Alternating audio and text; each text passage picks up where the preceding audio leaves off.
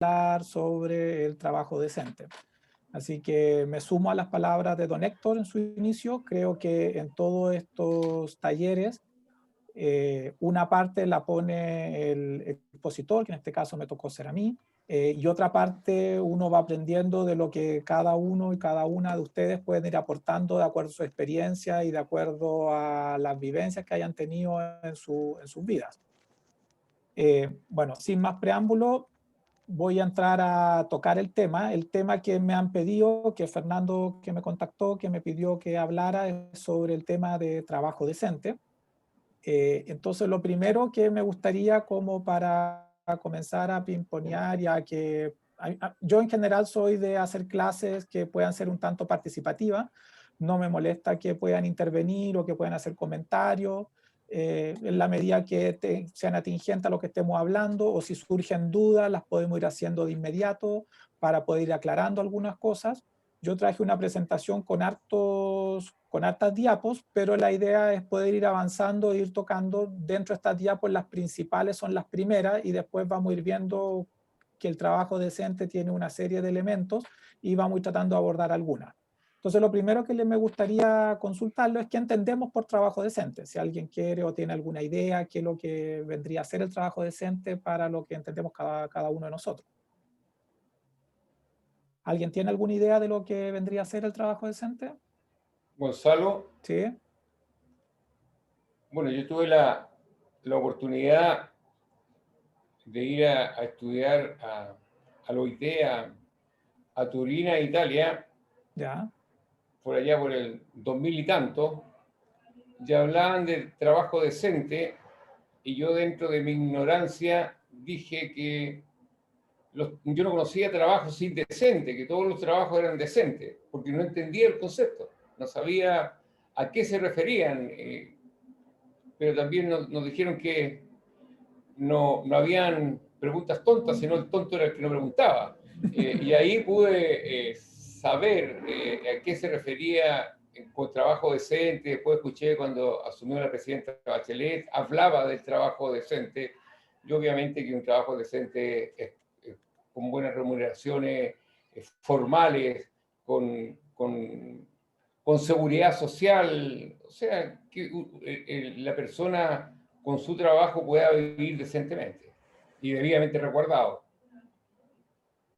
Claro, es un concepto, como bien nos estaban señalando, es un concepto que busca expresar lo que debería ser. Sí. Tiende a lo que falta para llegar a ciertas nociones de lo que debería ser el trabajo. Y estamos hablando, es un concepto que después quiero preguntarle,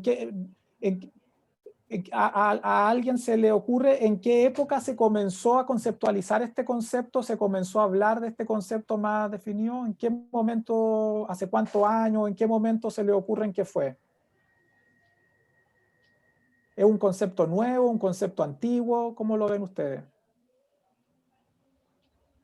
Adriana, ¿tú cuándo crees que se comenzó a hablar del concepto de trabajo decente? ¿Es algo nuevo de los últimos par de años, de los últimos 20 años, de los últimos 100 años, 40 años? ¿O ahí Manuel o Jorge, el que quiera opinar? Yo voy a opinar. Sí, cuéntame. ¿Me escucha? Sí, perfecto. Yo lo he estado escuchando hace 4 o 5 años atrás. Ya. Hace poco. Eso es lo que he escuchado. Hace poco. Adriana, tú sacaste el micrófono también. ¿Cuándo crees tú que más o menos comenzó a hablarse de este concepto? Me da la impresión, no estoy segura, pero por ahí, por el año 2000 en adelante. Buen ojo, buen ojo tiene Adriana. Buen ojo, por ahí estamos. Estamos hablando que es un... Bachelet. ¿Cómo? Para que lo hubiese hablado la presidenta Bachelet. ¿Ya? Claro, es un concepto que se comienza a tocar en el mundo globalizado. Cuando estábamos, antes de que empezáramos, yo comencé a hablar estábamos hablando sobre un tema nada que ver, que era el segundo retiro del 10%, y hablamos también del mundo globalizado. El mundo globalizado, en general, comienza a conceptualizarse a mediados de los años 90, que tiene que ver con las comunicaciones, pero sobre todo con la tecnología de la computación, los avances computacionales, la accesibilidad a la Internet por parte de ya una población bastante más masiva. Si bien antes existía Internet, era muy limitado a alguna empresa, alguna área.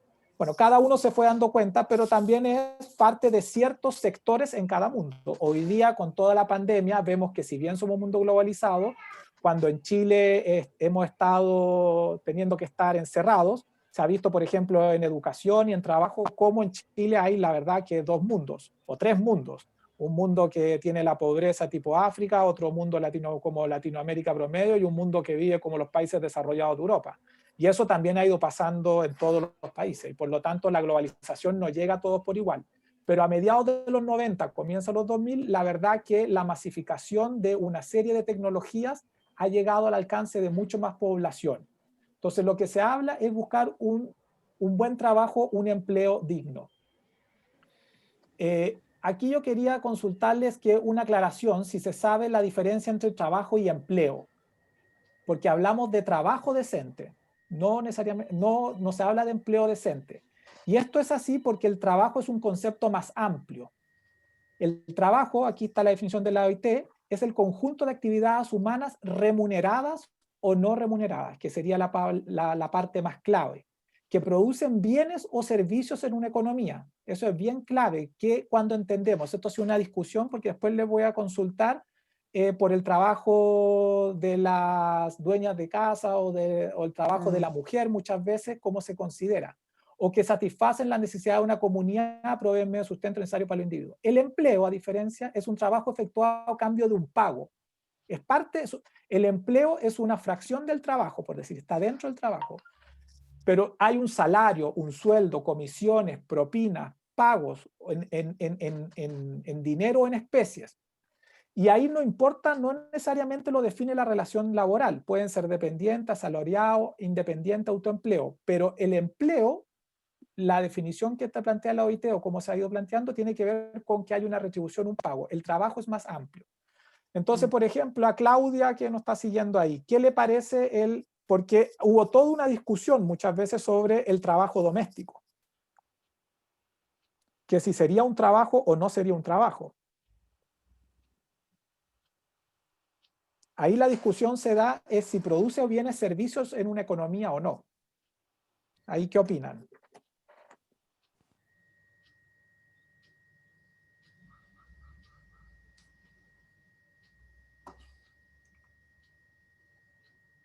Claudia, o no sé si está con micrófono, o Andrea, o alguien que quiera opinar. Fernando, tú estás hablando y no se te escucha, Fernando. A lo mejor hay que subir tu volumen de micrófono. Yo no los veo a todos, porque al poner la presentación me tapa un poco las personas.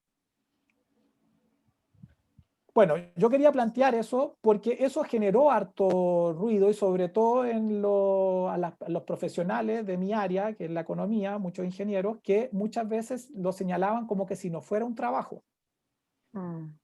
Básicamente porque muchos conceptualizaban, uno, primero te planteaban que no era un empleo porque no había remuneración, y segundo, que no era un trabajo porque no producía bienes o servicios en una economía. Y ahí hubo toda una lucha por parte de mujeres y de los sectores de organizaciones feministas ya hace muchísimos años, y que han venido demostrando cómo sí van produciendo una serie de bienes y servicios en la economía. Y sobre todo en este periodo de pandemia uno se da cuenta de todos los servicios que producen de cuidados de niños, además de todos los que muchas veces se hacen cargo de un montón de temas del hogar, básicos como alimentación, aseo, etcétera, pero también de cuidado, de posibilidades para que el resto pueda también trabajar. Bueno, eso es como un elemento nomás que yo quería ir colocando, que va a tener que ver también cómo hacia el futuro y cómo se va desarrollando. Hoy día hay varias agrupaciones que te están planteando cómo el trabajo doméstico o el trabajo en la casa de las mujeres, en cuidados y en elementos de la casa, el impacto que tiene en el Producto Interno Bruto, y que es del orden de, dependiendo de la forma de medirlo, de un 20 a un 30%. Y por lo tanto, la capacidad de producción es muy, muy alta, y que es algo que no está siendo reconocido y que no está siendo valorado en su plenitud, sobre todo en el reconocimiento que muchas veces se hablan a la hora de recibir las pensiones después de que se tiene toda una trayectoria laboral de haber estado trabajando en la edad activa. Trabajo decente, por lo tanto, es un concepto que busca expresar lo que debería ser, o sea, es una aspiración, es una construcción que se ha venido planteando. Esto básicamente porque la evolución del trabajo en el transcurso de la historia, trabajo viene de una palabra bien, su fundamento tiene que ver casi en una especie de trabajo forzoso, de tortura, cuando era la esclavitud, de ahí surge la palabra en realidad, y por lo tanto ha ido evolucionando. Pero hoy día, ya para cualquier persona, el trabajo no es solamente una instancia que sirve para uno para obtener un salario o un ingreso y poder obtener una cantidad de recursos que permita llevar la vida y hacer el desarrollo de su vida tal como todas las personas lo requieren o lo merecen, sino también que entra una serie de otros elementos que tienen que ver con una gratificación personal y una capacidad, una posibilidad de desarrollo humano que van teniendo. Eso se ha ido incorporando y por lo tanto el trabajo decente es un esfuerzo que se ha ido construyendo para ir ampliando e ir tocando una serie de aristas que van más allá de la remuneración o el horario, como serían o tener trabajo o no tener trabajo, sino con elementos del desarrollo personal, de que no exista discriminación de género o otro tipo de discriminación, que exista protección tanto en ámbitos de la salud y que estas protecciones laborales en ámbito de la salud sean dignas, o la protección al momento de envejecer se obtenga una determinada pensión y qué población está obteniendo, etcétera, que se pueda ir nutriendo de una serie de elementos, y ahí entra el diálogo social, el tripartismo, una serie de conceptos que vamos a ir viendo. Recién preguntaba el año que creían y ahí me respondían que más o menos en el año 2000. Y la institución, bueno, fue la OIT.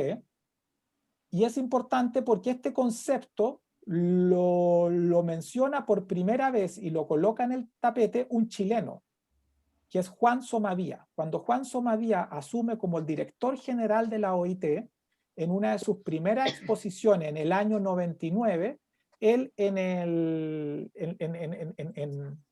como en el plan de trabajo que hace o en la exposición central que hace por parte de la OIT, asumiendo este cargo cuando le toca hacerlo a todos los países del mundo, a todos los representantes, la OIT, como varios de acá sabrán o han participado, que hayan participado en alguna instancia, es una instancia en donde participan trabajadores, participan los gobiernos con representantes y participan los empleadores o los empleadores o los patrones con representantes también.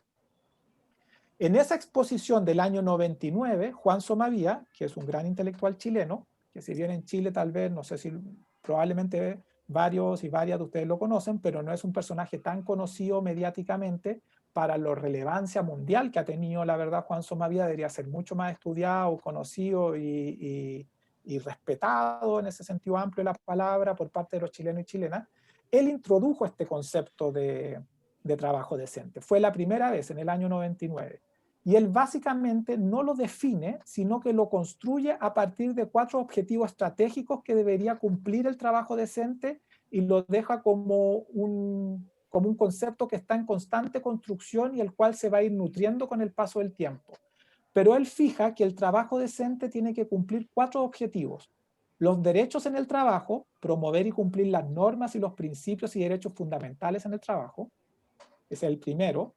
El segundo, las oportunidades de empleo, generar mayores oportunidades para que mujeres y hombres puedan tener empleos e ingresos dignos, señala. En tercer lugar, la protección social, mejorar la cobertura y la eficiencia de una seguridad social para todos y todas. Y el diálogo social, que es el ámbito donde toca este proyecto, que es fortalecer el tripartismo y el diálogo social. Entonces él señala que cada uno de ellos cumple además una función en logro de metas más amplias, como la inclusión social, la erradicación de la pobreza, el fortalecimiento de la democracia, el desarrollo integral y la realización personal. Entonces Juan Somavía, cuando expone, y hay un texto que ahí después yo se los puedo mandar, que es su exposición, él lo que hace es mencionar que el trabajo y que la satisfacción del trabajo y que el trabajo sea decente, que cumpla con una serie de parámetros que vamos a ir viendo más adelante, es necesario, dice él finalmente, para tener democracias plenas. yo más adelante voy a tocar algunos elementos que él menciona, porque ahora que Chile comienza un proceso constituyente, esta idea que en el año 99 Juan Somavía, el chileno Juan Somavía, pone al mundo, en donde él señala que no es solamente trabajar, se tiene que cumplir una serie de elementos que el trabajo genere inclusión social, que permita erradicar la pobreza. O sea, en Chile, vamos a ver después unos gráficos, cuando veamos algunos indicadores, de cómo hay un porcentaje enorme de chilenos que trabajando sus 45 horas semanales sigue bajo la línea de la pobreza. Y por lo tanto, cuando los países nos autodefinimos y nos ponemos ciertas reglas, como en Chile existe la regla del salario mínimo, y si el salario mínimo no permite salir de la pobreza, la verdad es como hacerse trampa en el solitario, porque no es posible un desarrollo de un país y alcanzar niveles exitosos de democracia si no somos capaces de ponernos reglas un poco más severas. Entonces, no sé si a ustedes les llama la atención, pero cada vez que se discute subir el salario mínimo, nos señalan como argumento es que van a haber muchas empresas que no van a ser capaces de pagarlo y pueden quebrar, pequeñas empresas, etc. La verdad que yo en algunos debates que he tenido sobre este tema con algunos personeros, les digo, pero claro, en la época de la esclavitud, cuando no se les pagaba nada y se acabó la esclavitud como una forma legítima, social, cultural, de poder desarrollar trabajo, cuando eso se comenzó a abolir en todo el mundo, muchos esclavistas quebraron porque no tenían capacidad de pagarle probablemente a sus trabajadores que en ese momento tenían que comenzar a contratar, que antes eran objetos y cosas y pasaron a ser seres humanos con derechos.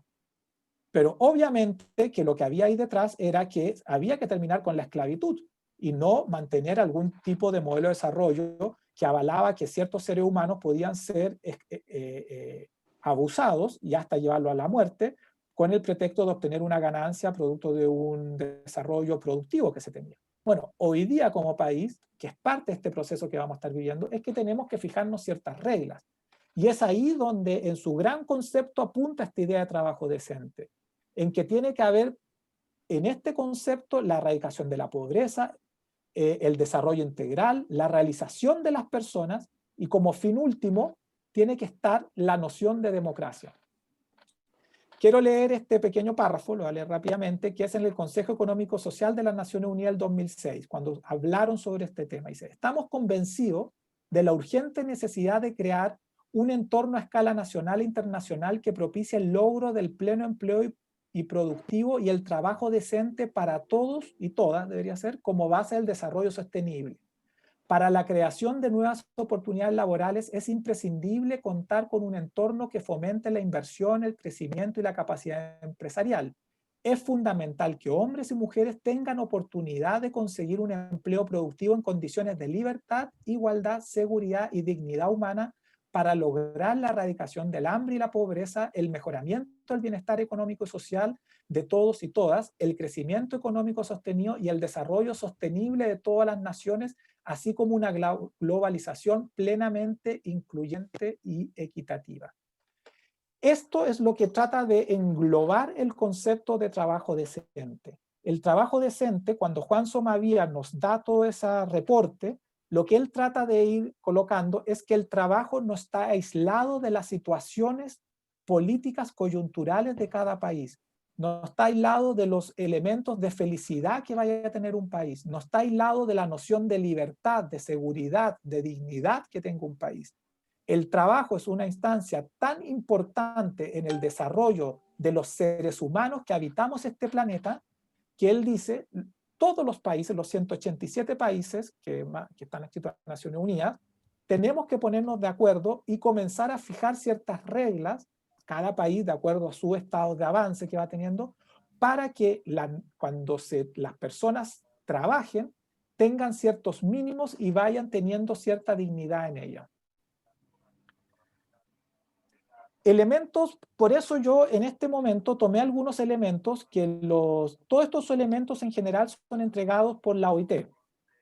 Pero creo que en esta discusión que estamos comenzando a tener en Chile, que tiene que ver con una nueva constitución, hay muchos elementos que a mí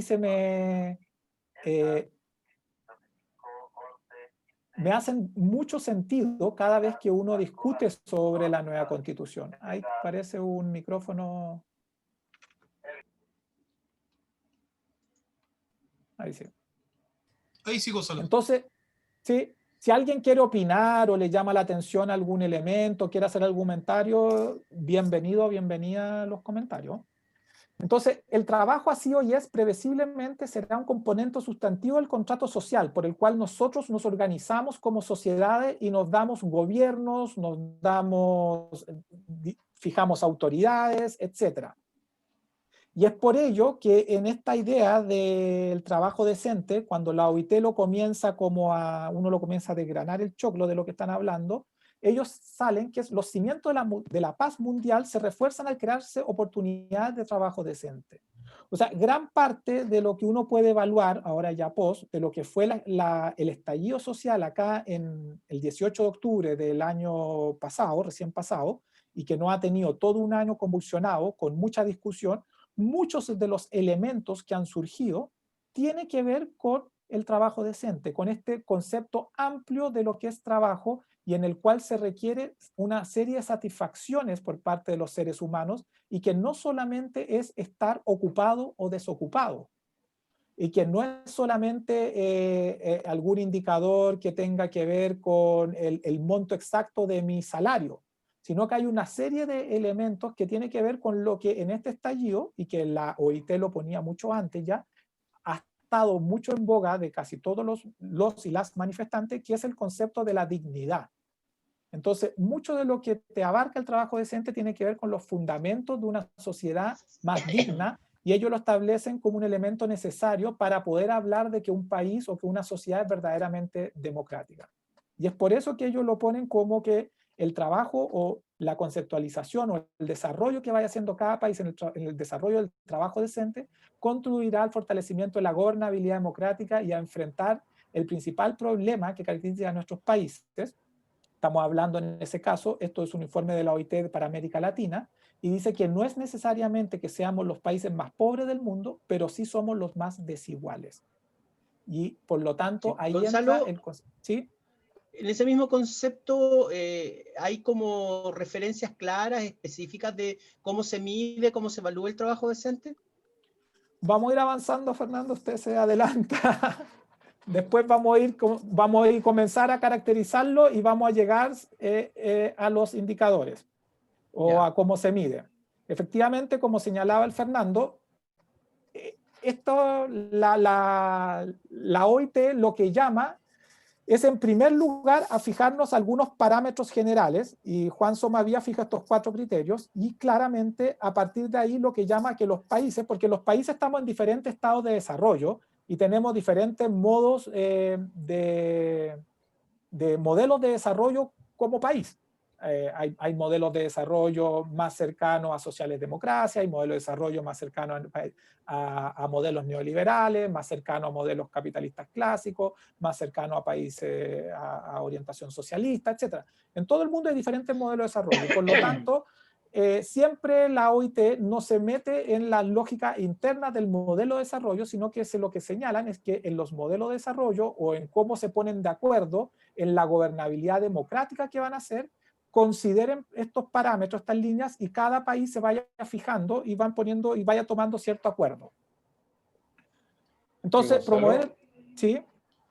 Mira, yo creo que estos informes de la OIT están como un poco desfasados o no son actualizados. Yo me recuerdo la primera vez que fui a la convención de la OIT, por allá por el 2010, antes había estado estudiando, pero después fui a la convención, nadie hablaba de las pymes. Entonces se enfocaba al empleador y al trabajador y el gobierno también, los gobiernos que estaban representados. Tú recién tocabas el tema del sueldo mínimo. Hoy día tenemos 11 millones de activos y cotizantes, o sea, o afiliados a la AFP, trabajadores activos tenemos como 8 millones, cotizando tenemos 5.600.000, pero el sueldo mínimo lo ganan 600.000 personas en Chile. Entonces, la discusión, yo creo que debe avanzar un poco, y las veces que yo he ido a la OIT y ha ido Rafael Punzí y hemos planteado el tema de las pymes, porque todo lo que tú estás, que nos estás instruyendo, tienen que ver efectivamente con trabajo decente, tienen que ver en un mundo donde hay empleador y hay trabajador, pero no tiene que ver con cómo está hoy día sentada la economía en España, cómo está sentada la economía en Italia y hoy día en Chile, que la mayoría son emprendedores. Además nos pilló esta pandemia que nos tiene mucho más complicado, y yo creo que hay que tener una visión respecto a eso. Ponle tú, nosotros en la Confederación de Taxi Colectivo a nivel país tenemos 60.000 taxi colectivo, y no creo que el 10% tenga seguridad social o que cotice, y menos con estos retiros el 10%, la gente menos va a cotizar. Entonces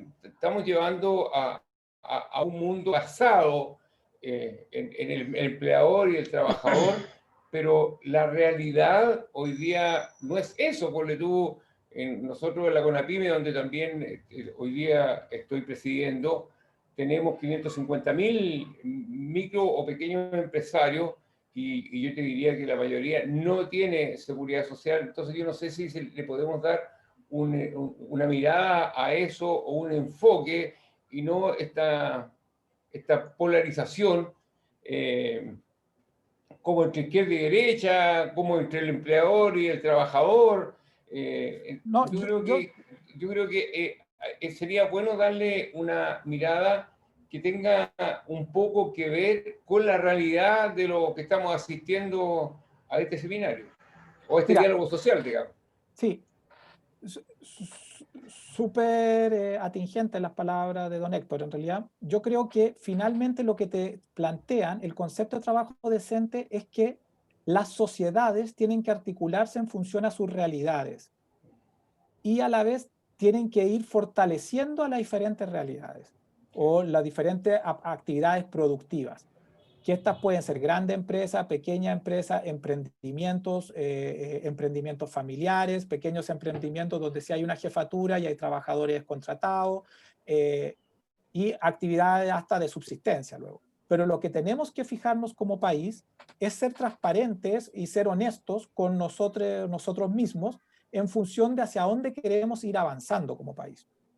Y cualquier sea la actividad productiva en la que estemos, sean con pequeñas empresas, con emprendimientos productivos con pocos trabajadores, o con emprendimientos familiares, o emprendimientos donde muchas veces el que seguramente en emprendimientos como los taxistas se da, que el dueño de algunos taxis trabaja igual que el que es chofer de taxi, o sea, es un trabajador más. En buenas cuentas, si bien puede ser propietario de algunos taxis, pero en términos generales no se diferencia mucho de un trabajador que esté trabajando como chofer, salvo que asume mayores niveles de riesgo seguramente a veces, y a veces obtiene alguna ganancia, a veces obtiene puras pérdidas y tiene que hacerse cargo de eso.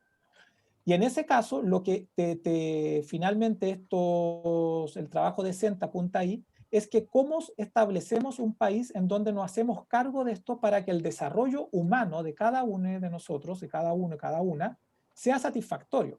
Porque finalmente en la actividad que estemos, si estamos trabajando como trabajar en una gran empresa, si somos emprendedores y somos emprendedores por cuenta propia, somos nosotros mismos, somos trabajadores y empleadores y todo, una empresa familiar, por ejemplo, muy pequeñita, o si tenemos un emprendimiento de un dueño que tiene 20 personas o 10 personas, una pequeña empresa con pocas personas a cargo, lo que trata de poner en el tapete, que es algo bien lógico en esto, es que la gran mayoría de los habitantes de los países trabajan porque requieren un ingreso para poder sobrevivir, sea que tengan apatronados, sea que sean independientes, sea que sea autogestionado, sea por emprendimientos, etcétera.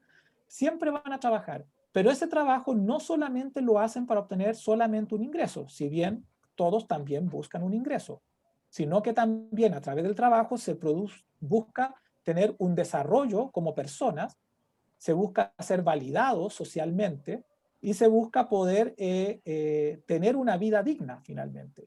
Y ese concepto de vida digna es mucho más amplio y es mucho más atingente hoy día. O sea, yo creo que durante la década de los 2000 se avanzó bastante en el 2000 y 2010, todas las décadas pasadas, en lo que vendría a ser trabajo decente bajo la lógica que se llama de Héctor, que es un dueño de una empresa con sus trabajadores y en cómo se hacía el vínculo.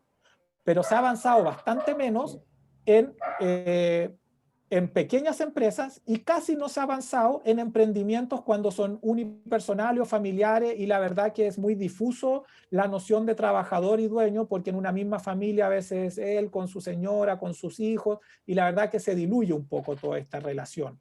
Vamos a ponerlo como emprendimientos familiares, cuando es más diluido todavía la relación, porque muchas veces no hay contrato, etc.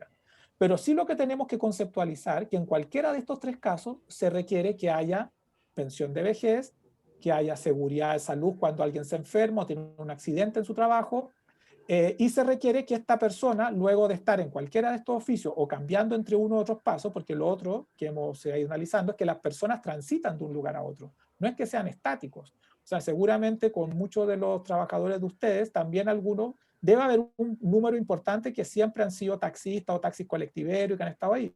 Pero seguramente hay algunos que en algún momento transitaron a un trabajo más, entre comillas, llamarlo apatronado, y que después volvieron y que después vuelven a transitar. Hay otros que han tratado de hacer emprendimientos, a algunos les resulta, otros no les resulta, y vuelven otra vez a una instancia de una pequeña empresa, y así. La verdad que la realidad, cuando uno analiza la realidad de los chilenos, que eso nosotros lo hemos hecho en Fundación Senda, lo hemos realizado, uno se da cuenta que el número de personas que trabaja, entre comillas, como apatronado, la verdad es una excepción, no supera el 15% en el transcurso de una trayectoria laboral. Nosotros hemos analizado ciclos de 5 o 6 años, y en ciclos de 5 o 6 años, los que están con trabajo todo el tiempo, por decir así, el trabajo formalizado, con un empleador, es un porcentaje bastante bajo. La mayoría transita de cambios de empleo, emprendimiento, independiente, salir. Y es por eso que es tan necesario, por ejemplo, voy a poner que el sistema de salud sea coherente con la realidad laboral, que el sistema de pensiones sea coherente con la realidad laboral. Y en eso yo me sumo a tus palabras, Héctor, es muy sensato en realidad. Uno muchas veces pone los ejemplos en este tipo de relación laboral que es un empleador con sus trabajadores, porque es como así, es como, entre comillas, voy a dar una semejanza, como cuando se habla de la familia, que ponen la madre, el padre, los abuelos, la abuela, los hijos y los nietos. Y la verdad que ese tipo de familia viene escasa ya. Muchas veces hay una madre sola, muchas familias la madre con hijos, a veces hay un padre con hijos, a veces una abuela que se hace cargo de los nietos y en la familia, etc. O sea, también el trabajo. Pero lo que uno está tratando de decir es que tenemos que como país ser honestos con nosotros mismos. Sí. Y por eso yo ponía el énfasis, cuando hay un proceso constituyente como el que estamos viviendo, tenemos que ser lo más honestos con el país, con nosotros mismos. Y fijarnos, un sistema previsional en el cual la única manera es que se cotice seguidamente durante 30 años, cuando sabemos que esa capacidad lo va a tener un 12, un 14% de la población, ¿es lógico mantenerla? No. Tenemos que buscar mecanismos. Después vamos a buscar mecanismos de dónde.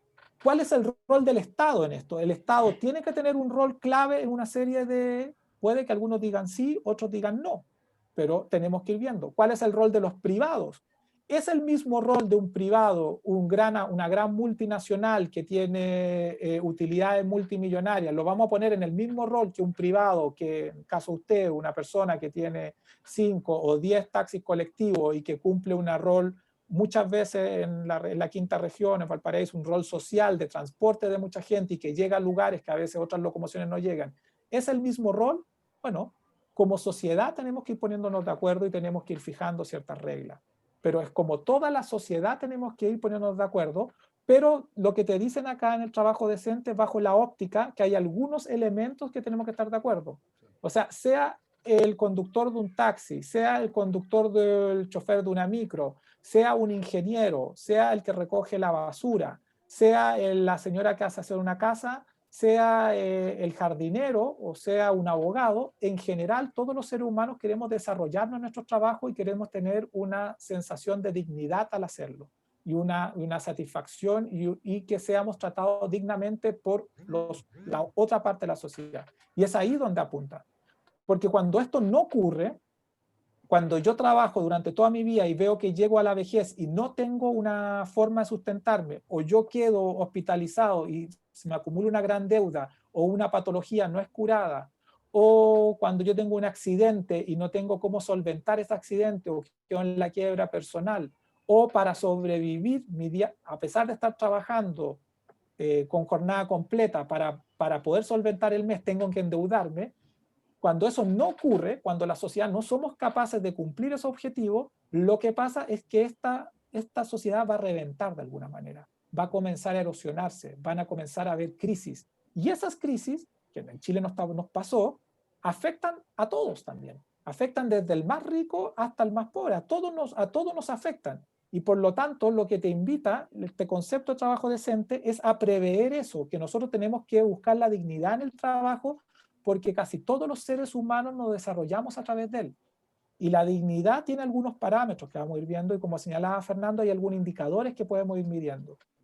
La invitación, voy a mostrar varios indicadores que seguramente en áreas como la micropyme no se están. Entonces, la tarea de acá, o por qué es tan esencial que en áreas como la pequeña empresa y la microempresa estén presentes, porque tenemos que construir esos indicadores para que sean más extensivos. Claramente vamos a ir después viendo algunos indicadores son más fáciles de construir en algunas áreas productivas que en otros, pero tenemos que ir buscando cómo se van construyendo, y también tenemos que ir fijando quién va a tener ese rol, que debería ser el Estado de ir construyéndola, porque en la medida que somos capaces de ir midiendo las cosas, de ir evaluándolo, de poniendo pisos mínimos, vamos a poder ir avanzando. Quería pasar ahora con algunos hitos del trabajo decente en Chile. Bueno, el año 99 vimos que a través de su memoria el director general, que era Somavía, lo puso como un elemento. En la 86ª reunión de la Conferencia Internacional del Trabajo. En el 2005 se le incorporan los objetivos del milenio. Los objetivos de desarrollo del milenio son algunas metas que se fijan Naciones Unidas, que en ese caso eran 8, y que se las fijaron para el 2015. Y que el 2015, como no se cumplieron todas las metas, se fijaron los objetivos de desarrollo sostenible, que son 17.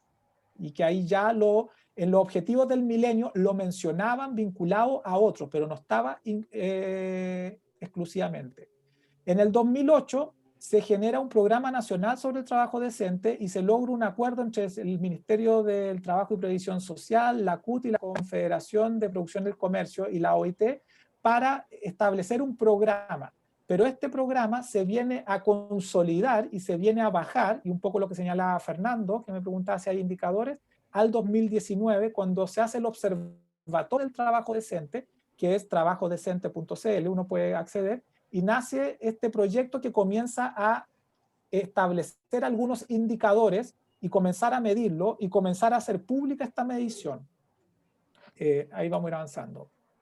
Bueno, estos son ahí se ve que en el Objetivo de Desarrollo Sostenible, el número 8, que son que son como los grandes objetivos que nos fijamos entre los 187 países de Naciones Unidas para avanzar entre el 2015 y el 2030. Entonces los objetivos son objetivos muy gruesos: fin a la pobreza, hambre cero, bienestar de salud, educación de calidad, igualdad de género. Bueno, el número 8 es trabajo decente y crecimiento económico. Ahí se pueden ver todos los objetivos que se han ido planteando.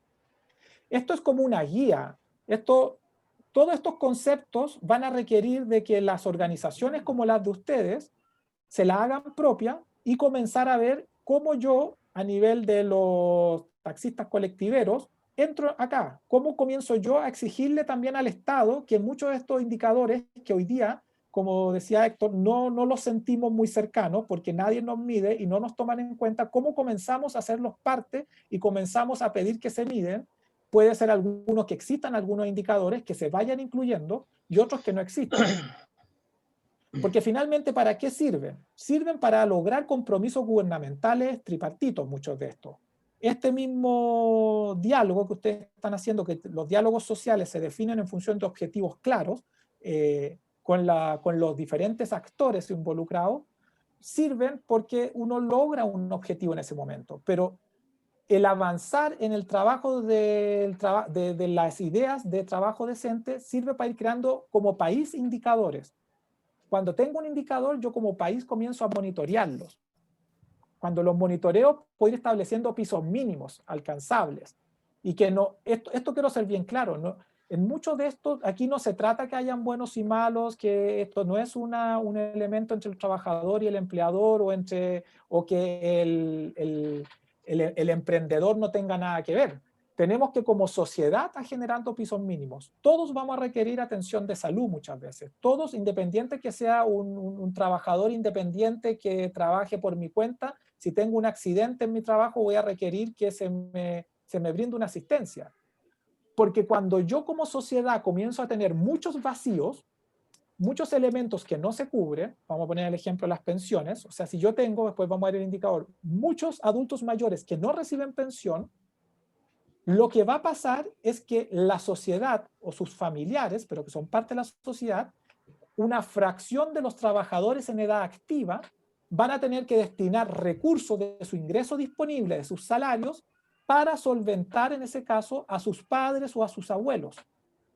Y por lo tanto, cuando los ingresos, y esto genera una dinámica, porque si los ingresos son bajos y yo a esas personas les saco una fracción de su ingreso para que sus abuelos puedan vivir, yo a esa persona la dejo con menos ingresos. Y si esa persona ya tenía dificultad, lo más probable es que va a tener que pedir un préstamo, un crédito, y va a asumir una deuda. Y eso comienza un ciclo. Pero esos ciclos tienen que ver cómo sociedad nosotros nos ponemos de acuerdo en ciertos mínimos. Y es por eso que uno va estableciendo pisos mínimos. Y junto con ellos se hacen estos observatorios, los observatorios son plataformas construidas por personas que manejan los temas, que manejan técnicamente, y colocan todos los indicadores y generan un mecanismo que sea fácil, accesible y fácil de comparar entre años, entre regiones, entonces, por ejemplo, si uno entra a trabajodigno.cl, va a ver que va a poder comparar los indicadores por regiones en el país y en distintas facetas. Ahí vamos a ir mostrando algunos. ¿Y qué es lo que busca todo esto? Busca mejorar la calidad del trabajo, pero no solamente la del trabajo asalariado, la del trabajo de los microemprendimientos, la del trabajo de emprendedores, todos los tipos de trabajo, porque como sociedad tenemos que ser capaces de ir respondiendo a las diferentes formas de vida que va teniendo nuestra sociedad. Eso es muy importante. O sea, los técnicos, aquí en Chile se ha dado una trampa, que muchas veces los técnicos dicen esto no es posible de hacer, o esto nosotros sugerimos hacerlo de esta manera. No sé si se han dado cuenta, y muchas veces mucha gente dice, no, es que el técnico dice no se puede. Esto tiene que ser al revés. La ciudadanía, y sobre todo los trabajadores y las trabajadoras organizadas, tienen que definir lo que quieren. Y los técnicos tenemos que poner al servicio todas las diferentes formas de llegar a ello. Pero no somos nosotros los que tenemos que dar la solución al problema y plantear cuál es el problema y plantear todo. Los técnicos tienen que estudiaron para dar mejores soluciones que sean eficientes. Pero son la ciudadanía la que tiene que decir qué es lo que quiere hacer. Entonces, ¿cómo quiere resolverlo? Porque tal vez la ciudadanía quiere tener mucho más gasto social, público, en salud. Quizás la ciudadanía quiere, si esto es como en un hogar, en la familia se ponen de acuerdo cuánto dinero van a destinar para comida, cuánto dinero van a destinar para cuentas, cuánto dinero van a destinar para recreación, cuánto dinero van a destinar para hermosear la casa, cuánto dinero van a destinar para viajes. Y puede que una familia dice, nosotros no vamos a destinar nada para viajes, no vamos a destinar nada para hermosear la casa, pero vamos a destinar para tener buena tecnología para que nuestros hijos tengan buena educación. Y van a sacrificar, pero es la familia la que se pone de acuerdo. Esto es como que si afuera les digan, no, ustedes van a tener solamente que hacer esto, un tercero que no conoce la familia. Bueno, en la sociedad es la sociedad la que tiene que definir. Si la sociedad define que quiere tener una buena salud para todos sus habitantes y que para eso hay que destinar una proporción mayor del Producto Interno Bruto, bueno, los técnicos que gobiernan tendrán que ver cómo se hace. Pero no es al revés, no es el técnico que te dice, no, sabes que no hay dinero para salud. No, no, ustedes tienen que decirnos. Tal vez se requiere poner, vamos a ver después un ejemplo, al porcentaje de más ricos en Chile, un impuesto más alto para satisfacer algunas necesidades. Tal vez se requiere poner un impuesto sobre diferenciado y más impuesto a los patrimonios de la gente que gana sobre 50 millones, sobre 1.000 millones al año, que es un porcentaje chiquitito de la población, y poner menos impuestos, porque hoy día en Chile, por ejemplo, los impuestos para recaudar se basan mucho en el IVA, que es el impuesto que pagamos todos y todas las chilenas por igual. Pero hay sociedades que ponen menos impuesto al IVA y lo ponen a otros lados. Pero esos son acuerdos que no pueden ser tomados por los técnicos. En Chile no han acostumbrado como que todo esto son tomados por los técnicos. No, tenemos que ser los chilenos y chilenas los que decidamos y los técnicos los que nos digan la lista qué es más eficiente, cuáles son las consecuencias. Cada cosa va a tener cosas a favor y cosas en contra. Entonces, para ver algunas de las dimensiones, por ejemplo, esto es lo que hace el trabajo decente luego de tener conceptualizado estas dimensiones, por ejemplo, oportunidad de empleo. Entonces dicen, ¿qué vamos a definir? Vamos a poner un indicador de la tasa de ocupación, porque nos proporciona información sobre la capacidad de una economía para generar empleo. Eso es importante. Y la tasa de ocupación abarca todo, porque la tasa de ocupación abarca los empleos formales, informales, abarca todos los que sientan en una encuesta que se hace que están ocupados. La tasa entonces define en el indicador. Esta es como la metodología que explicaba Fernando cómo comienza a trabajar. Define, la tasa de ocupación se define como el porcentaje ocupado en la población en edad de trabajar. Entonces los ocupados partido por la población en edad de trabajar por 100 y da un indicador. Y te dicen que en Chile, para el 2018, que es como están los datos que hay, la tasa de ocupación era un 55.5, pero en hombres es un 66 y en mujeres un 45. Entonces ahí tú ya vas viendo brechas. Después estos mismos indicadores comienzan a separarlos por áreas, hay mucho más datos. Pero aquí yo lo puse nomás por edades, para ver que por edades no es lo mismo. Uno podría poner un indicador de la tasa de ocupación en el área transporte, o en el área de personas que quieren dedicarse al área de colectiveros. O sea, todo eso va a tener precisiones y todo, pero te va dando información. ¿Cuál es lo importante de estos indicadores? Que te van marcando tendencia en el tiempo. O sea, uno los va evaluando y los indicadores sirven cuando hay un transcurso de tiempo y tú vas viendo si más o menos tu economía está estable. En Chile la tasa de ocupación se ha mantenido bastante estable durante los últimos años, como se ve ahí, pero no es igual entre edades. Se ve que en un año cambia entre edades.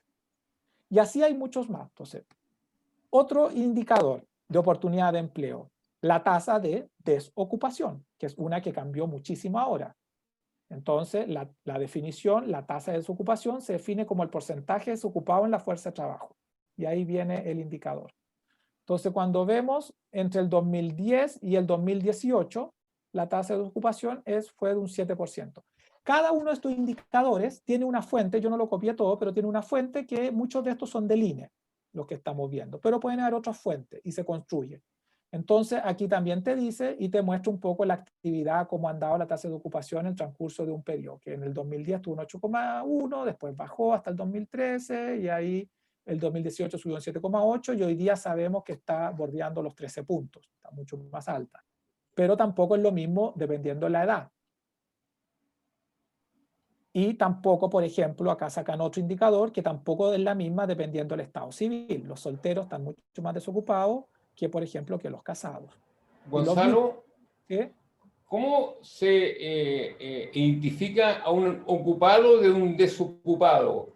Porque siempre hay como en el medio ambiente se dice que alguien si trabajó 4 días o 10 días es ocupado, se mide el que tiene contrato. ¿Cómo se mide un ocupado de un desocupado?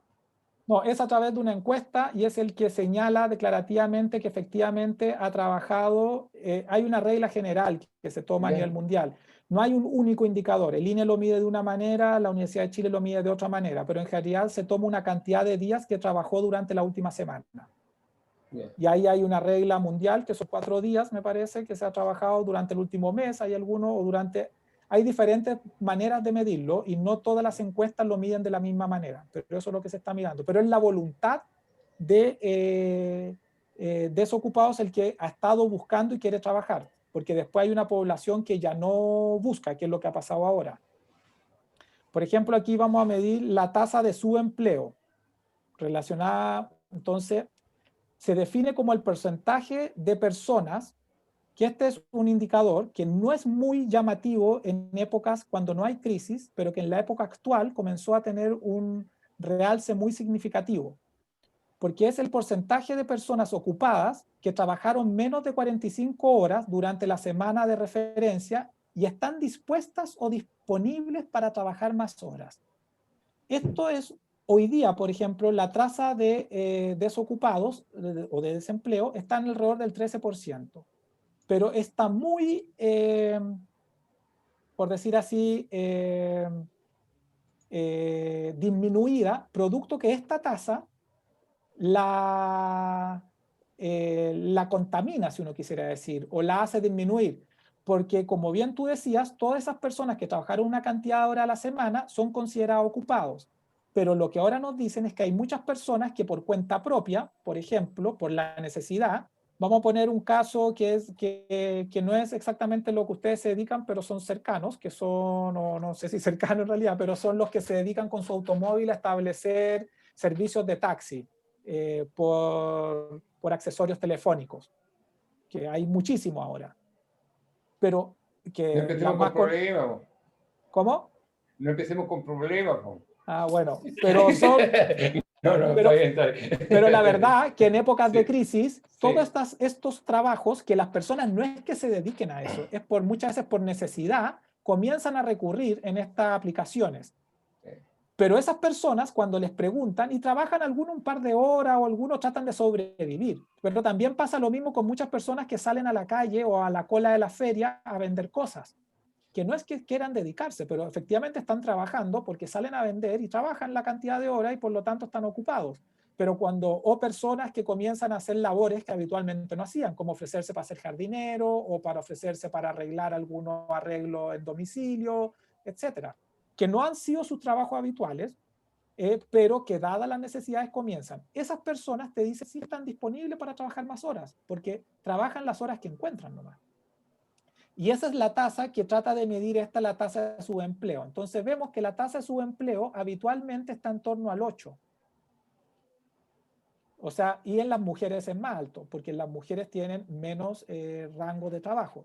No es subempleo, por ejemplo, una mujer que se define que ella solamente va a trabajar en las mañanas, pero que en las tardes no va a trabajar. Eso no entraría en esto. Es una persona que que solamente encontró una cantidad de horas, por ejemplo, para trabajar en las mañanas, pero que él estaría disponible a trabajar todas las tardes, pero no encuentra trabajo. Esa persona tiene un subempleo y por lo tanto aparece como ocupada, pero cuando tú ves esta tasa que habitualmente está al borde del 8, en esta época subió, de acuerdo a algunas mediciones, a más del 18%. Porque en realidad esta es un indicador que encubre mucha cesantía encubierta porque la gente no puede quedarse porque finalmente se muere de hambre en la casa también. Entonces la gente tiene que buscar emprendimientos o cosas que hacer. Entonces, ¿por qué es importante ir midiéndolo? Porque va viendo la calidad del empleo y cómo las personas se pueden ir desarrollando. Porque si esta tasa es muy alta y permanece muy alta un lapso largo de tiempo, significa que nuestro empleo es de muy mala calidad también, porque las personas tienen empleo muy de corto tiempo o de horarios acotados en la semana.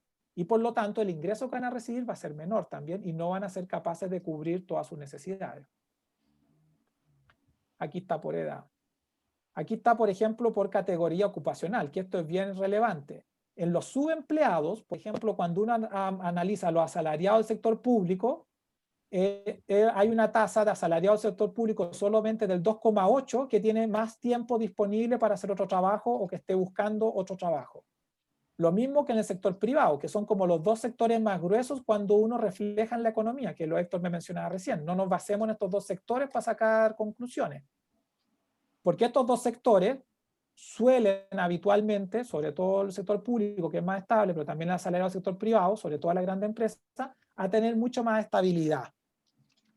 Pero cuando tú te vas a los cuenta propia o sobre todo el cuenta propia, tú te ves que el subempleo es del 21,5. O sea, de los trabajadores por cuenta propia, en periodos, esto no está en época de recesión, no es datos de ahora, estamos hablando del 2018, cuando estábamos en una situación económica bastante buena, esto hoy día se debe haber duplicado. El número de cuentas propias que tiene tiempo y está buscando trabajo es muy alto. Y esto tiene que ver con algunas cosas que decía Héctor, que como sociedad no hemos sido capaces de darle el sustento de trabajo decente a los cuentas propias.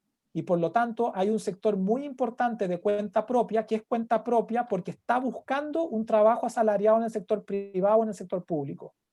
Cuando como sociedad seamos capaces de darle el sustento y la dignidad en su trabajo a los cuentapropias también, probablemente este indicador de 21 va a bajar, porque como cuenta propia yo voy a poder tener un desarrollo personal, un desarrollo humano, una actividad con pensiones, con salud, con una serie de otros elementos que me va a permitir no tener que estar buscando trabajo en otro lugar, sino que desarrollarme más como cuenta propia.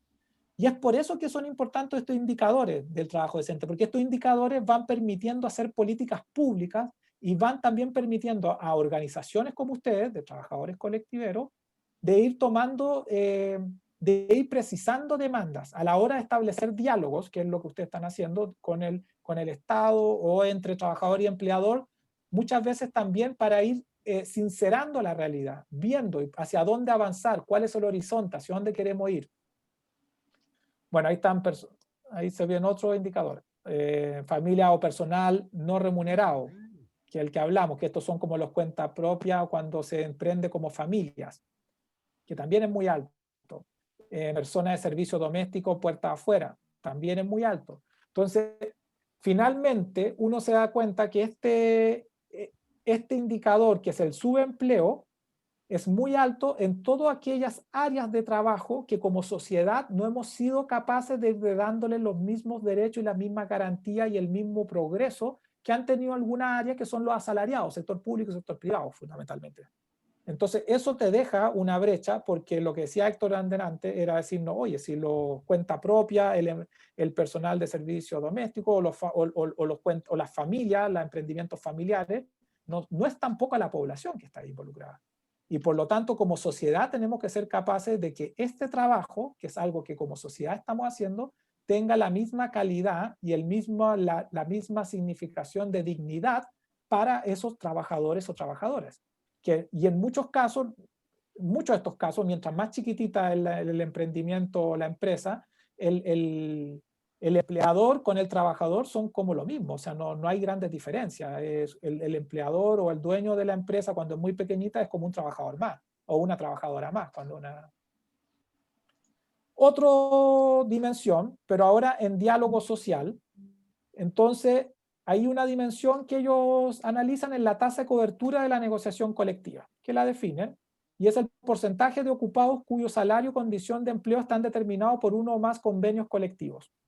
Entonces ahí vemos que en Chile un 18,9% de los trabajadores, sus salarios están determinados por algún tipo de negociación colectiva. Es más alto en mujeres que en hombres, ojo, y eso es mucho porque en servicios hay muchos elementos de servicio y el retail y muchas áreas de servicio que tienen sindicatos, se negocia, y ahí hay más presencia de mujeres, en trabajos de mujeres, por decir así. Hay muchos trabajos masculinos que no tienen desarrollo sindical ni negociación. Entonces ahí está este indicador. Otro indicador de diálogo social, por ejemplo, el indicador que calcula cómo el porcentaje, qué número de trabajadores son miembros de un sindicato. Entonces también te lo mide, el 22,8 de la densidad sindical que llaman. Y ahí se ve cómo ha ido progresando.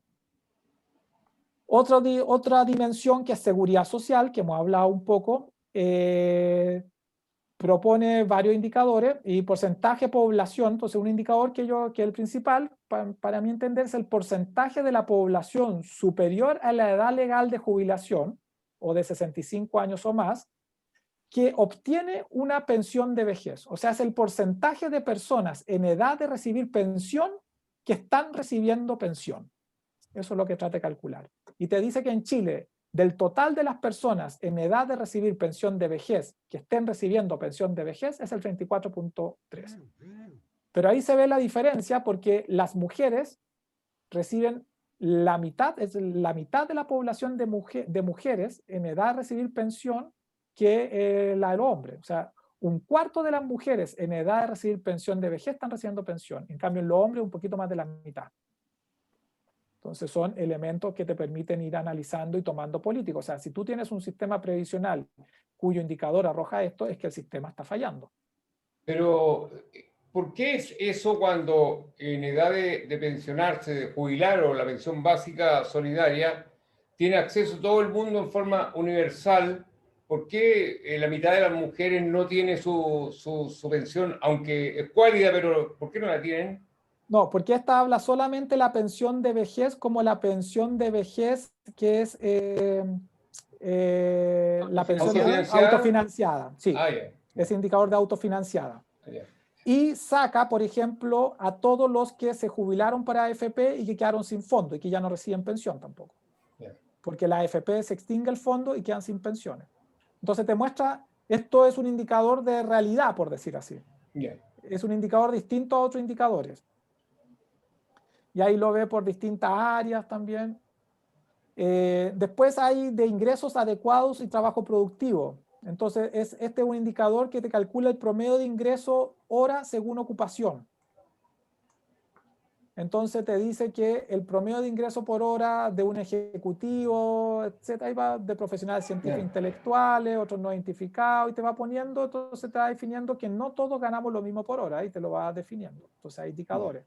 Uno podría sacar un indicador, por ejemplo, de esto, que creo que no estaba, sobre los colectiveros, para saber en dónde están. Pero todas esas cosas, esto se hacen a través de encuestas. Y esa encuesta, en general, muchos de estos indicadores lo hace el INE, hay otros que son otras fuentes que tienen, pero claramente uno tiene que analizar los indicadores para después pedir que se ingrese, por ejemplo, si los taxi colectiveros quisieran saber en dónde irían para que hagan la pregunta, porque muchas veces uno, si no hace el lobby para que hagan la pregunta, nunca lo van a preguntar, y si nunca lo preguntan, la información no existe y uno queda fuera de los radares de quienes toman decisiones. Entonces, todo esto tiene que ver el trabajo decente. Hemos estado analizando indicador por indicador, algunos, son muchísimos, pero es para darse cuenta cómo dentro del área que estamos, que son taxi colectiveros, nos servirían algunas mediciones para ir teniendo pisos y para ir avanzando.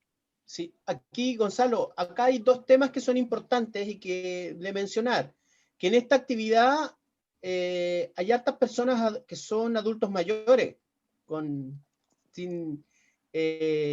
porque efectivamente hay muchas personas que partieron en esta actividad como una actividad ocasional, puntual, sin embargo se quedaron con el tiempo.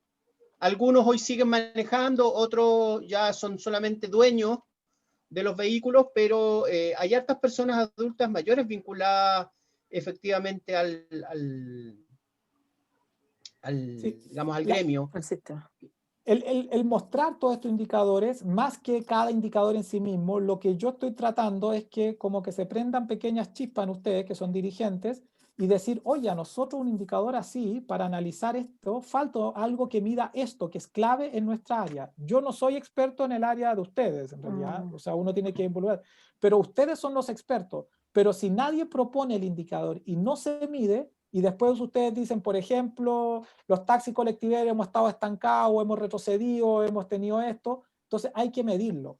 Y hay instituciones diferentes que pueden medirlo, porque esto es una plataforma que permite ir agregando indicadores y uno tiene que validar de dónde aparece y que sea una instancia que sea bien hecho nomás, que van a haber evaluaciones técnicas y todo.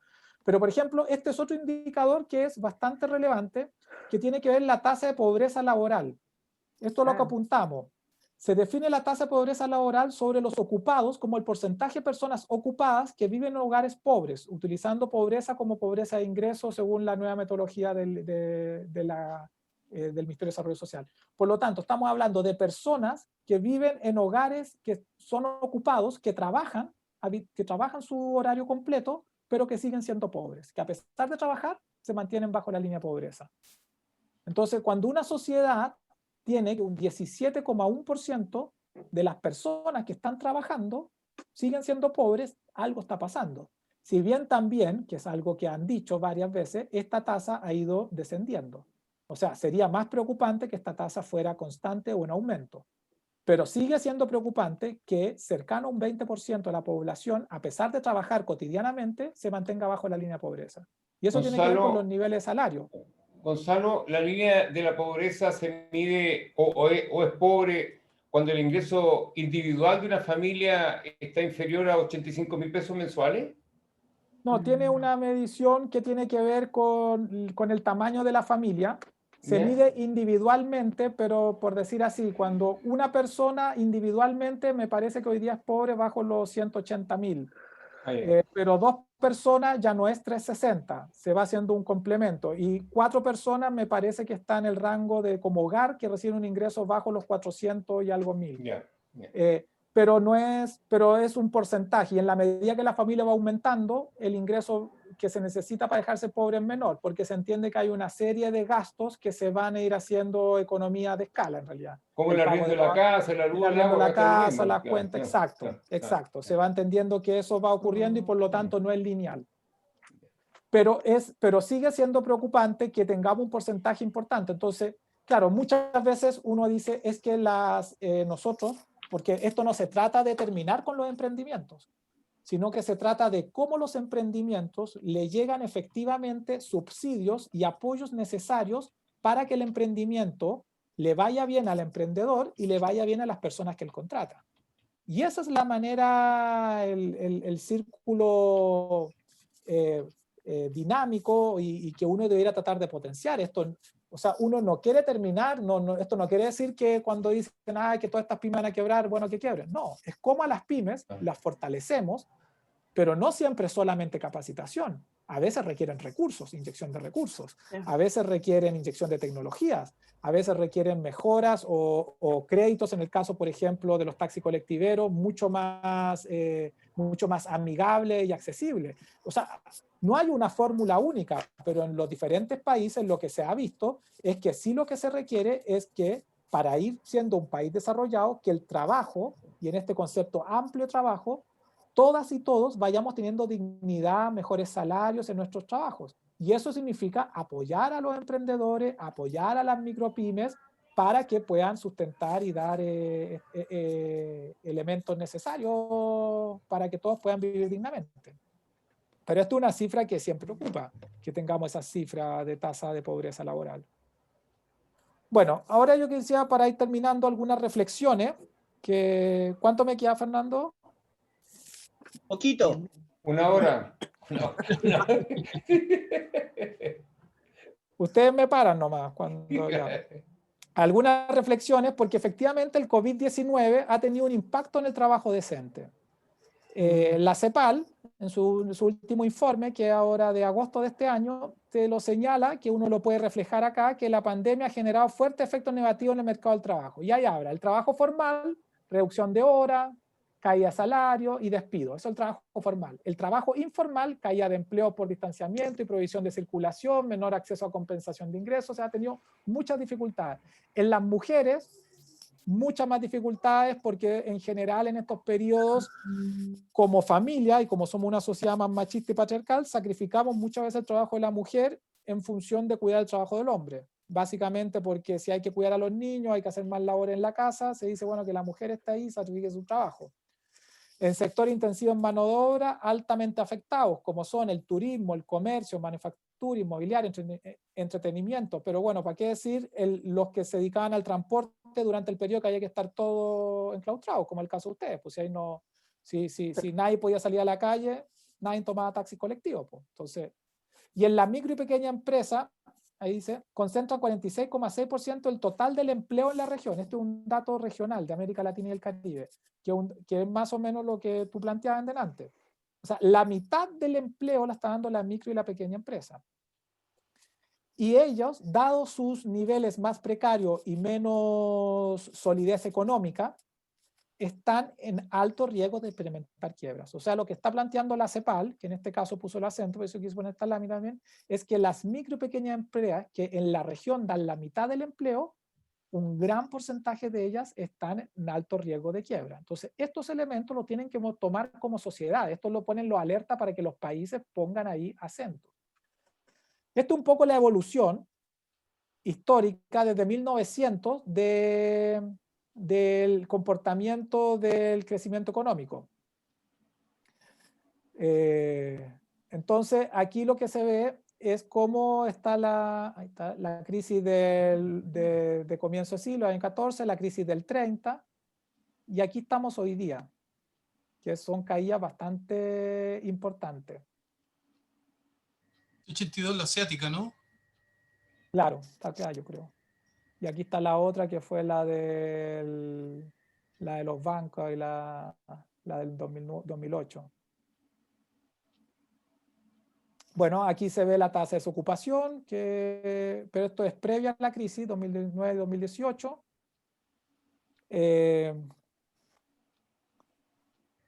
El trabajo por cuenta propia sigue siendo un importante generador de ingresos y durante el 2019 continuó incrementándose, que es lo que se ha venido ahora que cayó mucho más fuerte, que es esta, que es dentro de la región un elemento central y por lo tanto, en general la CEPAL, que un poco viendo todo el trabajo que han hecho una pila de organizaciones y federaciones, confederaciones y de agrupaciones de microempresarios, ha comenzado a sacar mucho más datos de trabajo por cuenta propia. Antiguamente eran pocos, no era tan, o sea, no se consideraba. Creo que también era la miopía de mis colegas y de uno mismo cuando uno le enseñaba que todo era más trabajo asalariado. Entonces ahora te los separan para ver el peso en generador de ingresos. O sea, casi un 30% de los ingresos en la región, estamos hablando de toda la región, la producen trabajo por cuenta propia,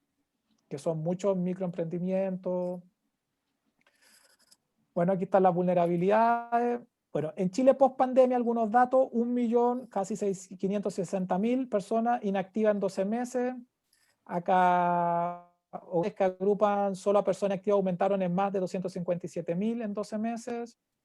La mitad de las y los trabajadores no superaron los 400.000, con lo cual es imposible sacar un hogar de 4 personas de la pobreza. Son algunos datos que es lo que ha pasado post pandemia, que en realidad se ha puesto todo bastante más complicado. 7 de cada 10 personas gana menos de 550.000 en nuestro país y la mediana, según el último reporte de la INE, o sea, el 50% gana menos de 401.000 pesos. O sea, los salarios son bastante bajos y en épocas de crisis económica, cuando uno tiene salarios muy bajos, tiene poca capacidad de enfrentar una crisis o de sostenerse porque no tiene ahorros, porque tiene deuda, porque tiene muchos compromisos, bueno, lo que están viviendo los chilenos y chilenas. Y ahí hay un rol importante que tendría que cumplir el Estado, que es lo que hay muchas críticas y ser oportuno para llegar. Porque muchas veces en el caso de ustedes, seguramente que muchos de ustedes están pagando los vehículos, es muy crucial cuando se les da el apoyo. Porque no basta solo el apoyo, porque si ya se perdió el vehículo y llega el apoyo no sirvió de nada. En realidad da casi rabia ahí. Entonces muchas veces la oportunidad, además del monto y la contundencia, pero la oportunidad es muy clave. Y eso es algo que durante este periodo se ve que no solamente en Chile, en muchos países ha fallado la oportunidad de llegar. Porque los microemprendimientos y las personas, las micropymes, en general su capacidad de sustentarse, si no tiene una entrada constante, es bastante débil en realidad. Entonces, esto es un análisis que hicieron desde la CEPAL, que lo recogió en una presentación que hizo la Fundación Solo, algunas cosas en donde han estado los impactos más grandes: en servicio de turismo, en industria cultural tradicional, en el comercio, reparación de bienes, hotel y restaurante, transporte, está considerado como uno de los ejes con mayor impacto. Esto es para Chile, en realidad, esto es una medición chilena, en la moda y en automóviles. Después dicen los que son significativos y moderados. Y moderado en general la agricultura, producción de alimentos, insumos, equipamientos médicos, medicamentos, telecomunicaciones, envases. Entonces esto te ve cómo el área de ustedes, que es transporte, está donde el impacto de la crisis ha sido más fuerte. Después en Chile, 37,5% de las empresas redujeron su personal entre abril y mayo y el 44% de las empresas están en un estado financiero malo o crítico. Cifras que aumentan 51% en el caso de las microempresas. Esto es de la Confederación Nacional del Comercio. Esto es un informe que se presentó en julio de este año, que muestra las debilidades del sector precisamente en el que ustedes se desempeñan, que está dentro de donde la crisis ha pegado más fuerte en realidad. Y por lo tanto, uno esperaría que los apoyos y las ayudas también se concentren en los sectores que han pegado más fuerte. Este es los últimos indicadores del INE, que lo saqué ayer del último boletín, que es más o menos para ver las tasas de desocupación total de mujeres y de hombres. la rojita en la total, y aquí se ve cómo estábamos en el último trimestre, julio-septiembre, que está en 12,3, y cómo se pegó una curva gigantesca, que estábamos en torno al 13%, casi estuvieron en torno al 13%. Entonces, llegó a estar el 13% de la desocupación, pero es más alta en los hombres que en mujeres. Eso es básicamente, esas cosas hay que tenerlas porque muchas mujeres no buscan trabajo. Ojo con eso también, no necesariamente porque hay menos mujeres, porque tiene que ver con la búsqueda, que vamos a ver después un indicador de eso. Esta es la evolución de tasa de ocupación y subutilización de la fuerza de trabajo. Entonces aquí yo quiero hacer llamar lo que llaman el SU3, tasa combinada de desocupación y fuerza de trabajo potencial. O sea, aquí te sumaron a los que están desocupados y los que están disponibles para trabajar. Y ahí uno ve que es el SU3 en la flechita celestita y que llega a 27,8 ahora. Que vendría a ser todo esto que lo que suma los subempleos, va sumando todo, que es una forma que el INE también lo comenzó a medir. Porque en periodos, si tú ves acá los periodos normales, eran bastante homogéneos, estaban hasta no diferenciados.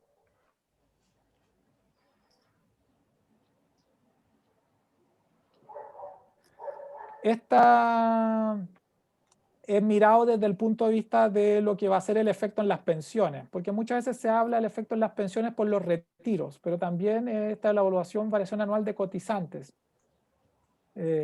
¿Cuánta gente dejó de cotizar? O mucha gente que perdió su empleo, o seguramente también hay empleos que en acuerdos, que son medios informales, pero deben haber muchos trabajos donde les siguen pagando, pero no le pagan las cotizaciones.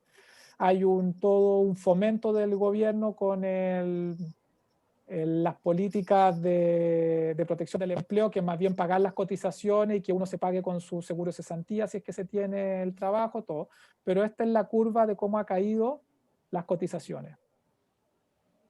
Entonces también cuando se pone mucho énfasis en los retiros, ojo, que aquí también hay una pérdida por malas políticas en realidad.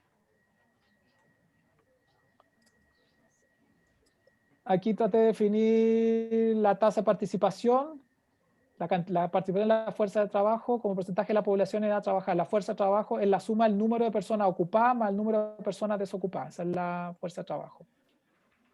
Entonces acá está la tasa de ocupación y la tasa de participación. O sea que tiene que ver con que esto es de ahora, del 2020.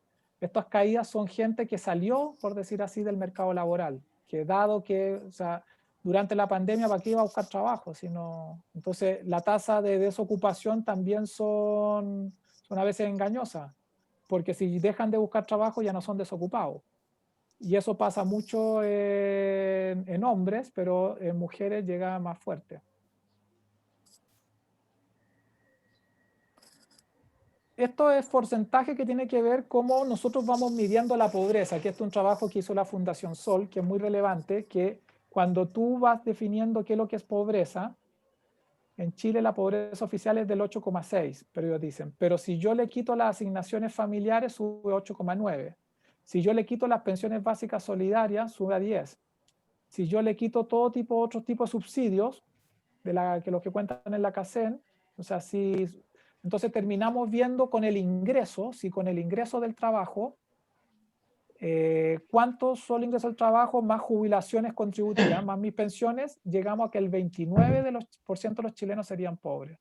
O sea, no tenemos un 29% de pobreza y tenemos un 8,6% dado una serie de formas. Hasta, por ejemplo, el sin alquiler imputado.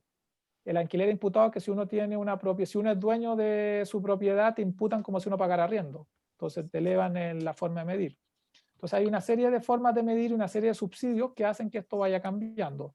Entonces para tener trabajo decente también tenemos que ponernos de acuerdo cómo vamos a medir efectivamente, porque no sacamos nada en ocultarnos la realidad a nosotros mismos en realidad. Si la idea es que seamos honestos para poder salir adelante como sociedad. Aquí hablan sobre la gran deuda, que es un elemento central, porque cuando los ingresos no alcanzan, las sociedades se endeudan. Entonces, una lámina que hizo Fundación Sol que señala 75% de los hogares están endeudados, 82% de los mayores de 18 años están endeudados, casi 5 millones se encuentran en deudas morosas, y 635.000 endeudados con la banca por estudiar en educación superior. Entonces son como datos para tener en cuenta que cuán sana es nuestra sociedad cuando tenemos estos niveles de endeudamiento, es bien, bien impactante.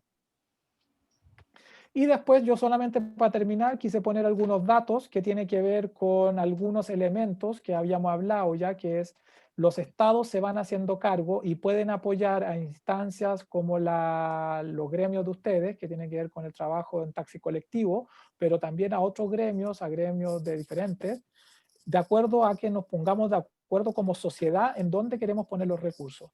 Pero para saber dónde podemos poner los recursos, que los recursos son escasos, antes tenemos que ponernos de acuerdo, como sociedad también, es qué recursos vamos a recaudar y cuántos vamos a recaudar y a quién les vamos a cobrar los impuestos. En general las sociedades recaudan los recursos a través de impuestos. Entonces esto es un dato porque esto es una propuesta que se ha venido, que se propuso para salir, para dar apoyos sustanciales, sobre todo a ejes productivos y a pequeñas empresas a través de un impuesto que llamaban a los súper ricos. Básicamente lo que ellos plantean es decir que en Chile en general no hay impuesto sobre el patrimonio, salvo el impuesto a las herencias, el impuesto a las viviendas, y se me va uno. No hay impuestos sobre los patrimonios. Entonces lo que esta propuesta plantea, que si por ejemplo sectores como el sector transporte, que han sido muy afectados y requiere inyección y tal vez requiere recursos frescos para apoyar a taxis colectiveros, para apoyar a una serie de gremios que están requiriendo, hay que tener los recursos. Eso es, no hay para qué engañarse, no vamos a endeudarnos más como país. Si bien se puede, también hay propuestas que todavía tenemos un rango para endeudarnos, varios economistas prestigiosos lo han señalado, pero si no queremos endeudarnos como país, podemos recolectar. Y ellos proponen hacer un impuesto por una única vez a los súper ricos. Al ser un impuesto por una única vez, uno desincentiva que se vayan del país, porque es un solo impuesto. Y a la vez ellos plantean que sea a las grandes fortunas. Entonces ellos te plantean que tienen patrimonio entre los 22 a 100 millones son 1.309 personas y que tienen un patrimonio más de 100 millones son 263. Por lo tanto, le estaríamos cobrando este impuesto a 1.572 personas, que equivalen al 0,011% de la población. Todas estas personas uno las podría tener en un listados con nombre y apellido. Y uno sabe el patrimonio que tiene y por lo tanto la recaudación efectiva que a estas personas se le dada la... Este viene en un informe que publicó la CUT y que lo han hecho conocidos otros, pero ellos ponen un piso mínimo de recaudación de 3,9 mil millones y con un rango que puede llegar hasta los 6.000 millones de dólares. Y ellos proponen que esta única recaudación por una vez sirva efectivamente para echar a andar a muchos sectores de la economía y a muchas personas que lo están necesitando en realidad. Y esto es otra forma de hacerse cargo de sectores de la economía que han sido más afectados por el COVID y que no están posibilitando dar trabajo decente tanto a sus trabajadores como a ellos mismos, sobre todo a las pequeñas empresas, y de dónde podrían salir recursos. Entonces, yo esto lo quise poner al final porque tiene que ver cómo como sociedad nos vamos poniendo de acuerdo, porque recursos en Chile hay, si recursos hay. Si el punto es, ¿qué hacemos? Hace muy poco generó gran indignación un perdonazo de impuestos que se le hizo a Ponce Lerú, pero han habido otros perdonazos anteriores que se hizo a Johnson, otros perdonazos, entonces claro, y se le hacen perdonazos por varios cientos de millones de dólares muchas veces, y claro, y después no hay recursos para apoyar a sectores como taxi colectivero o sectores que efectivamente estuvieron parados durante varios meses de la pandemia y que las cuotas de los taxis, las cuotas de todo uno sabe que tiene que seguir pagándose en realidad, y las familias tienen que seguir comiendo y siguen un montón de gastos porque los gastos no paran, no están en pandemia, los gastos continúan. Y por lo tanto, lo que te plantea toda esta lógica es que como sociedad nos tenemos que poner de acuerdo en cómo vamos a ir haciendo las cosas.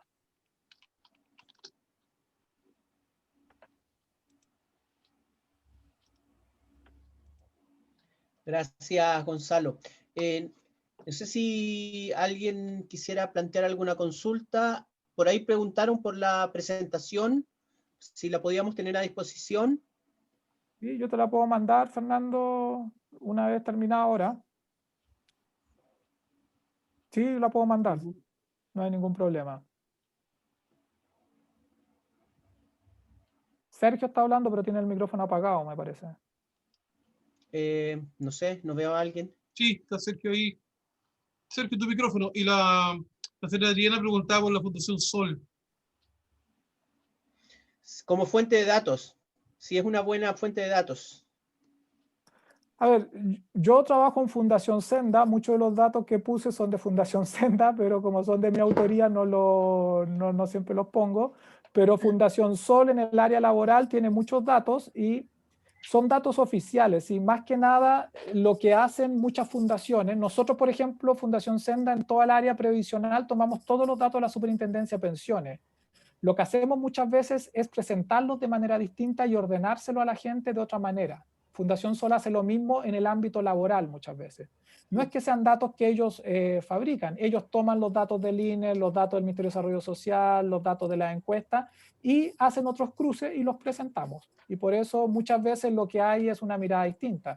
Y a veces uno comienza cuando hace trabajo con diferentes áreas productivas, en este caso como taxi colectivero, a señalarle que muchas veces faltan datos en sus áreas para poder efectivamente visibilizar necesidades y nudos críticos.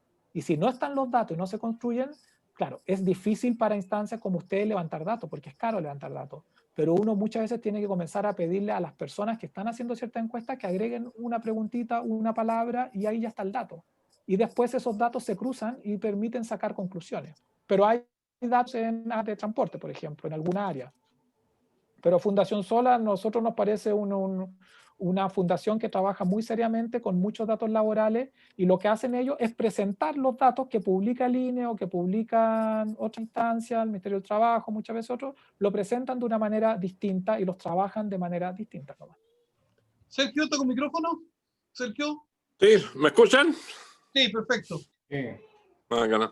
Bueno, excelente exposición, pero a mí me queda una duda muy grande siempre respecto a la gente que está buscando trabajo y la que no está buscando trabajo. ¿Cómo logran medir eso?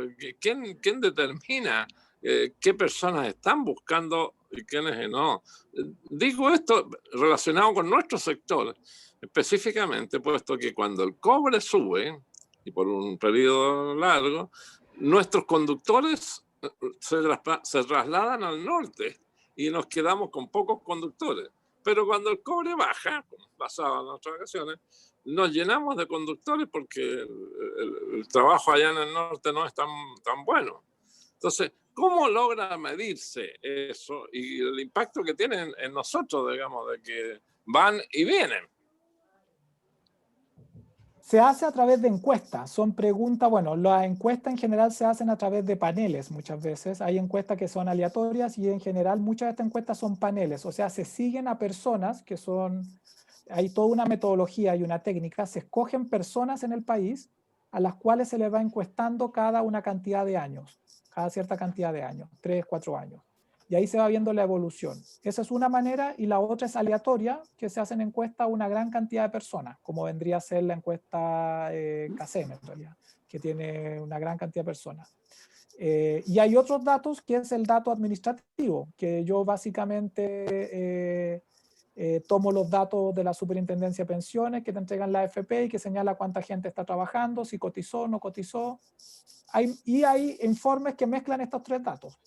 Hay diferentes formas de medir, pero cada uno de estos en sí mismo tiene metodologías, tiene formas de trabajar esos datos. Por ejemplo, cuando yo hago encuestas a un grupo, tengo una forma, toda una metodología que tiene que ser validada, que hay gente que se dedica al estudio para expandir estos datos y que tengan representación nacional. Entonces, ahí tiene que ver con la cantidad de encuestas que hago, hay una serie de elementos técnicos que se hacen para que las encuestas entreguen los datos que uno quiere que entreguen y sean fidedignos. En Chile, ¿Y se consideran realmente fidedignos o son un poco etéreos? Chile tiene una tradición de bastante calidad en sus encuestas, si bien en el último periodo han habido algunos traspiés. De partido tuvimos un traspié en la encuesta más grande, que también sirve para muchas bases, para tomar como puntos bases, como puntos de partida, que es el censo. Entonces el censo tuvo un traspié, si no se acuerdan, hace algunos años. Después hemos tenido algunos traspiés en algunas encuestas, pero en general Chile tiene buenos equipos dedicados a encuestas, principalmente vinculados a la Universidad de Chile y a la Universidad Católica, que es donde están los equipos más grandes tal vez que hacen encuestas. Y también en el Ministerio de Desarrollo Social tienen un gran equipo dedicado al manejo de las cifras, de los datos. Gracias. Pero respondiéndole más a Sergio, en general Chile a nivel internacional es reconocido como un país cuyas encuestas y cuyos datos son confiables. Siempre pueden haber algunos errores, algunos sesgos, etcétera, pero son datos bien construidos. Gracias. Muy bien. ¿Alguien más tiene alguna consulta como para ir planteando y cerrando esta parte?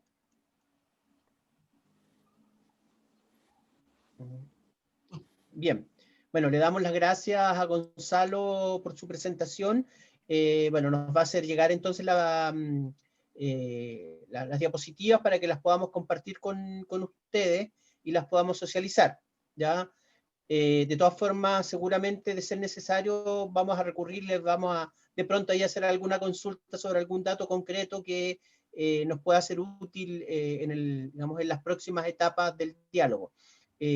Recordarles también que este viernes vamos a tener la próxima sesión donde vamos a ver algunos temas de género y que en el fondo es cómo el tema del género lo podemos aplicar dentro de este proceso de diálogo, y los elementos que tienen que ver con salud y seguridad en el trabajo, pensando en el contexto actual, ¿no? Del COVID-19 y los desafíos que ahí tenemos